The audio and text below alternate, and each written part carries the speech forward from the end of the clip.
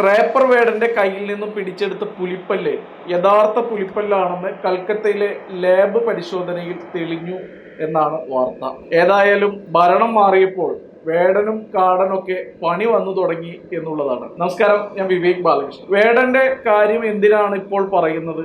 അതൊക്കെ കഴിഞ്ഞു പോയതല്ലേ എന്ന് ചിലപ്പോൾ ചിലരൊക്കെ ചിന്തിക്കാം. പക്ഷേ റാപ്പർ വേടൻ എന്ന ഗായകൻ കഴിഞ്ഞ 1.5 വർഷം കൊണ്ട് കേരളത്തിലെ സാംസ്കാരിക മേഖലകളിലൊക്കെ വലിയൊരു വിപ്ലവം സൃഷ്ടിച്ചിട്ടുണ്ട് എന്നുള്ളത് സത്യമാണ്. അതിന്റെ കുറച്ച് കാര്യങ്ങളിലൂടെയാണ് കടന്നു പോകുന്നത്. ഒപ്പം തന്നെ വേടനെ സപ്പോർട്ട് ചെയ്തിട്ടുള്ള എല്ലാ രാഷ്ട്രീയക്കാർക്കും കുറച്ച് പണി കിട്ടിയിട്ടുണ്ട്. അതും കൂടെയാണ് പറഞ്ഞു പോകുന്നത്.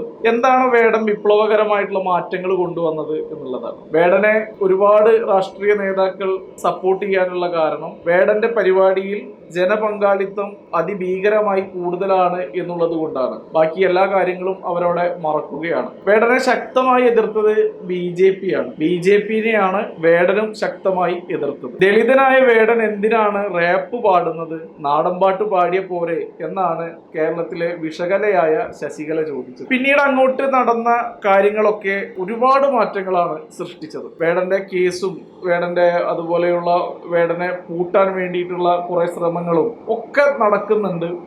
അതിനൊക്കെ വേടൻ ഇരയായി എന്നുള്ളതുമാണ് സത്യം. പാർട്ടിയുടെ ഒരൊറ്റ ബലം കൊണ്ടാണ് വേടൻ ശരിക്കും പറഞ്ഞാൽ ജയിലിൽ പോവാതിരുന്നത് എന്ന് പറയാം. മൊത്തത്തിൽ കേരളത്തിൽ ഒരു മാറ്റം വരുന്നത് എങ്ങനെയാണെങ്കിൽ വേടൻ നടത്തുന്ന പരിപാടികളിൽ ലഹരി ഉപയോഗം കൂടുതലാണ്. അതൊക്കെ നമ്മൾ കണ്ടിട്ടുള്ളതാണ്. വേടൻ പലപ്പോഴും ലഹരി ഉപയോഗിച്ച് അടുത്ത പാട്ട് ഏതാണെന്ന് പോലും മറന്നുപോയി സ്റ്റേജിൽ ഇരുന്ന ഇതൊക്കെ കേരളത്തിലെ ജനങ്ങൾ കണ്ടതാണ്. അപ്പോൾ അങ്ങനെയുള്ള സ്ഥലത്തേക്ക് കുത്തൊഴുക്കായി ജനപ്രവാഹം വരുന്നു എന്നുള്ള ആ ഒരു സമയത്ത് ഇതല്ല ശരി, ഇങ്ങനെയല്ല സംഗീതം ആസ്വദിക്കേണ്ടത്, സംഗീതത്തിന് വേറൊരു തലമുണ്ട് എന്ന് ജനങ്ങൾക്ക് മനസ്സിലാക്കി കൊടുത്ത ഒരു പരിപാടിയായിരുന്നു നന്ദഗോവിന്ദ ഭജൻസ് എന്ന് പറയുന്നത്. വേടന്റെ ആ ഒരു ഓളം ശരിക്കും പറഞ്ഞാൽ അവിടെ നിൽക്കുകയും ഫാമിലിക്കും കുട്ടികൾക്കുമൊക്കെ നല്ല രീതിയിൽ ആസ്വദിക്കാൻ പറ്റുന്ന ഒരു സ്റ്റേജ് പ്രോഗ്രാമായിട്ട് അത് മാറി. 90 കിഡ്സിനൊക്കെ ഏറ്റവും കൂടുതൽ അനുഭവം ഉള്ളതെന്ന് പറയുന്നത് ഒരു ഗാനമേളകളും അങ്ങനത്തെ പരിപാടികളൊക്കെയാണ്. പക്ഷെ ഇത് വളരെ പോപ്പുലറായി.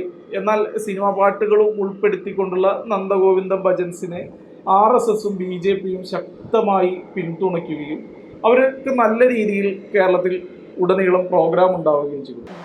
ഭാഗ്യവശാലോ നിർഭാഗ്യവശാലോ ഒരു ക്ഷേത്രത്തിന്റെ പരിപാടിയിൽ ഒരു ക്രിസ്തീയ ഗാനം പാടി എന്ന് പറഞ്ഞിട്ട് വീണ്ടും ഈ ശശികലയെ പോലെയുള്ള ആളുകൾ അവരെ എതിർക്കുകയൊക്കെ ചെയ്തു. ഇപ്പോൾ അവരുടെ പരിപാടി കുറച്ച് കുറവുണ്ട്, എങ്കിലും പരിപാടികളൊക്കെ ഉണ്ട്. അപ്പോൾ അങ്ങനത്തെ ഒരു പ്രോഗ്രാമിന് ഈ പറയുന്ന വേടന്റെ ഒരു പ്രസൻസ് അല്ലെങ്കിൽ ആളുകൾ വേടനോട് അമർഷമുള്ള ആളുകളൊക്കെ ഈ പരിപാടി വിജയിപ്പിക്കണം എന്നുള്ള രീതിയിൽ ഒരു മനോഭാവം ഉണ്ടാക്കിയെടുക്കുകയും ചെയ്തു. അതൊക്കെ ഈ ക്രിസ്തീയ ഗാനം കൂടി പാടിയതോടുകൂടി ഈ പറയുന്ന RSSകാർക്കും തീവ്ര ഹിന്ദുത്വവാദികൾക്കൊക്കെ അത് വലിയ രീതിയിൽ ഇഷ്ടപ്പെടാതെയായി എന്നുള്ളത് സത്യമാണ്. ഇനി എങ്ങനെയാണ് അപ്പോൾ ഈ കാര്യങ്ങളൊക്കെ കേരളത്തിൽ മാറ്റം വരുന്നത്? ഒരുപക്ഷെ വേടന്റെ ഒരു പ്രസൻസ് കൊണ്ട് സാധിച്ചെടുത്ത ഒരു കാര്യമാണ്. അതുകൊണ്ട് തന്നെ ഒരുപാട് പേർക്ക് അല്ലെങ്കിൽ ഒരുപാട് പേര് ഇന്ന് ഭജൻസ് പോലെയുള്ള പരിപാടികൾ അവതരിപ്പിക്കുന്നു. അതിന് ഒരുപാട് ആളുകൾ ഇഷ്ടപ്പെടുന്നു. അങ്ങനെ നമ്മുടെ ഒരു സംസ്കാരം തന്നെ ഒരു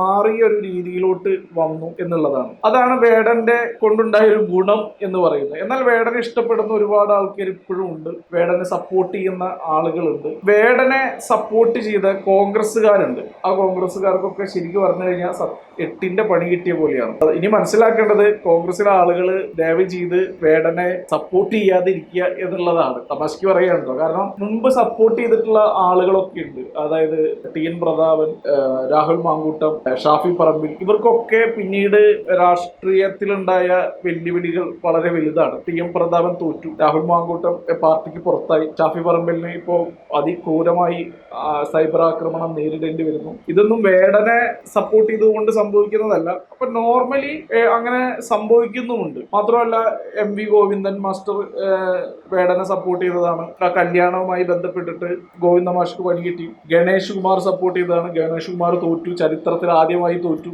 ഇതൊക്കെ നമുക്ക് നമുക്കിങ്ങനെ ഒറ്റയടിക്ക് ഇങ്ങനെ വേടനെ കുറിച്ച് ആലോചിക്കുമ്പോൾ കാണുന്ന ഒരു കാഴ്ചയാണ്. അപ്പൊ അതെങ്ങനെയാണ് ഇങ്ങനെ സംഭവിക്കുന്നതെന്ന് വെച്ച് കഴിഞ്ഞാൽ, വേടനെ പൊതുവെ ആളുകൾ അദ്ദേഹത്തിന്റെ വരികളും ഒക്കെ വല്ലാതെ വെറുപ്പുളവാകുന്ന രീതിയിലാണ് എന്ന് ജനത്തിന് മനസ്സിലായതിന്റെ ഒരു ഇമ്പാക്ട് കൂടിയാണ് ഇത് എന്നാണ് ഞാൻ മനസ്സിലാക്കുന്നത്. അതായത് ടി.എം. പ്രതാപനെ പോലെയുള്ള ഒരു നേതാവിനെയൊക്കെ വെറും 126 വോട്ടിനാണ് അവിടെ തോറ്റുപോയത്. ഈ വേടൻ ഇഷ്യൂസ് ഒന്നും അതിലേക്ക് വന്നിട്ടില്ല. പക്ഷെ LDFനെ ജയിക്കാൻ വേണ്ടി വേടനെ ഉപയോഗിച്ചതും നമ്മൾ കണ്ടതാണ്. വേടൻ അതിനൊരു പാട്ടിറക്കുന്നു, LDF ജയിക്കണം എന്ന് പറഞ്ഞിട്ട് പാട്ടിറക്കിയതൊക്കെ നമ്മൾ കണ്ടത്. അതൊന്നും വേണ്ട രീതിയിൽ വിജയിച്ചില്ല. കാരണം അതിനേക്കാൾ അപ്പുറത്തേക്കാണ് ജനാധിപത്യം എന്ന് പറയുന്നതും ജനങ്ങൾ എങ്ങനെയാണ് സമൂഹത്തെ വീക്ഷിക്കുന്നത് എന്നൊക്കെ നമുക്കിതിൽ നിന്ന് മനസ്സിലാവുന്നതാണ്. ഒരു ഗായകൻ എപ്പോഴും സഞ്ചരിക്കേണ്ട ഒരു പാതയുണ്ട്. അത് ലഹരിയുടെയോ അല്ലെങ്കിൽ അധർമ്മത്തിന്റെയോ ഒന്നും പാതയല്ല. പക്ഷെ അതിലൂടെ സഞ്ചരിക്കുന്ന ആളുകൾക്ക് തീർച്ചയായും തിരിച്ചടികൾ വരും എന്നുള്ള കാര്യത്തിൽ സംശയമില്ല എന്നുള്ളതിന്റെ ഏറ്റവും വലിയ തെളിവാണ് ഇപ്പോൾ വേടൻ ഈ ഒരു കേസ് തെളിഞ്ഞിട്ടുള്ളത്. ഇത് പറയുമ്പോൾ ആളുകൾ, അനുകൂലികളായിട്ടുള്ള ആളുകൾ സുരേഷ് ഗോപിയുടെ കഴുത്തിൽ പുലിപ്പല്ലുണ്ടെന്ന് പറയും, മോഹൻലാലിന്റെ വീട്ടിൽ ആനക്കൊമ്പ് പറയും. ആനക്കൊമ്പിന്റെ കാര്യമാണെങ്കിൽ തന്നെ അതിൽ ഒരുപാട് സത്യങ്ങൾ മനസ്സിലാക്കാതെ ആളുകൾ ലാലേട്ടനെ ക്രൂശിക്കുന്ന പരിപാടിയാണ്. എന്നാൽ വേടനെ പോലെ ഒരാൾ 30-31 വയസ്സിൽ ഇത്രയും പോപ്പുലർ ആവുമ്പോൾ അദ്ദേഹം കഴുത്തിൽ അണിയുന്ന പുലിപ്പല്ലിന് എത്രത്തോളം നീതി കിട്ടണം എന്നുള്ള കാര്യത്തിൽ തീർച്ചയായിട്ടും ചോദ്യചിഹ്നമാണ്. കാരണം ഒരിക്കലും അത് ചെയ്യാൻ പാടില്ലാത്ത കാര്യമാണ്. അപ്പൊ അത്തരത്തിലുള്ള ഒരു കാര്യം ഇത്രയും അധികം ജനസ്വാധീനമുള്ള ആള്, അതൊക്കെ അവരെ കണ്ടിട്ട് വേടനെ കണ്ട് മാതൃകയാക്കുന്ന കുറെ കുട്ടികൾ ആ സമയത്ത് രംഗത്ത് വന്നു. ഇനിയും ചിലപ്പോൾ വരാം. പക്ഷെ ഇനിയും വരുന്നവരൊക്കെ നല്ല രീതിയിൽ ഉള്ള ആളുകളാവണം എന്നുള്ളതാണ്. അതാണ് സമൂഹത്തിന് ഗുണം ചെയ്യുകയുള്ളൂ എന്നുള്ള കാര്യം മനസ്സിലാക്കണം. എനിക്ക് പേഴ്സണലായിട്ട് ഏറ്റവും കൂടുതൽ എന്നെ അത്ഭുതപ്പെടുത്തിയ ഒരു കാര്യം, വേടനെ ആലങ്കോട് ലീലാകൃഷ്ണൻ അടക്കമുള്ള ആളുകൾ പ്രശംസിച്ചു എന്നുള്ളതാണ്. ടി.എം. പ്രതാപന്റെ ഒരു പരിപാടിയിൽ അദ്ദേഹം പറഞ്ഞത്, ആ കുട്ടി അത് എഴുതിയത് ഈ ഞാൻ പാണനല്ല, പറയനല്ല, ഈ തമ്പുരാനുമല്ല, ആണെങ്കിൽ എന്ന് പറഞ്ഞിട്ടുള്ള വാക്കിനെ കുറിച്ച് ആള് വളരെ വെളുപ്പിക്കാൻ വേണ്ടി വേടനെ ശ്രമിക്കുന്ന ഒരു കാഴ്ച കണ്ടു. അത് വളരെ ദയനീയമാണ് ആ അവസ്ഥ. അപ്പോൾ ആലങ്കോട് ലീലാകൃഷ്ണനും ഇലക്ഷനിൽ നിന്നിട്ട് തോറ്റൊരു മനുഷ്യനാണ്. അപ്പോൾ അത്രയും അറിവും ജ്ഞാനവും ഉള്ള ആളുകൾ രാഷ്ട്രീയം എന്നുള്ളതിന്റെ ഒരു സംഭവം ഉള്ളത് കൊണ്ട് മാത്രം ഞാൻ ഇവനെ സപ്പോർട്ട് ചെയ്യുന്നു, ഇവൻ വളരാനുള്ളതാണ്. വേടന്റെ കഴിവിലോ അല്ലെങ്കിൽ വേടന്റെ ഹാർഡ് വർക്കിലോ നമുക്ക് ആർക്കും സംശയമില്ല, അദ്ദേഹം നല്ല രീതിയിലാവട്ടെ. പക്ഷെ പ്ലസ് ഇത് ഉണ്ടെങ്കിലേ അതുള്ളൂ എന്നുള്ള രീതിയിലേക്ക് വേടം പോകുമ്പോഴാണ് ഇവിടെ ഉള്ള പ്രശ്നങ്ങളൊക്കെ തന്നെ. ഏതായാലും ഇനി കോൺഗ്രസ്സുകാർ ഏത് രീതിയിലാണ് വേടനെ കൈകാര്യം ചെയ്യാൻ പോകുന്നത് എന്നുള്ളത് വളരെ ആകാംക്ഷയോടെ കാത്തിരിക്കുകയാണ്.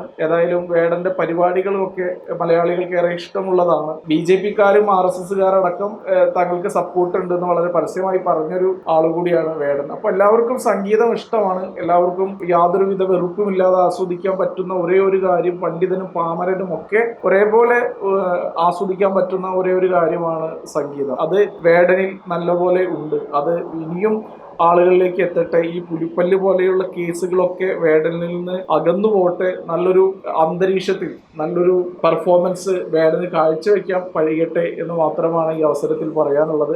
അതിനുള്ള എല്ലാവിധ കാര്യങ്ങളും പ്രപഞ്ചം വേടന് ഒരുക്കി കൊടുക്കട്ടെ എന്നുകൂടെ പറയുന്നു. നിർത്തുന്നു. നന്ദി, നമസ്കാരം.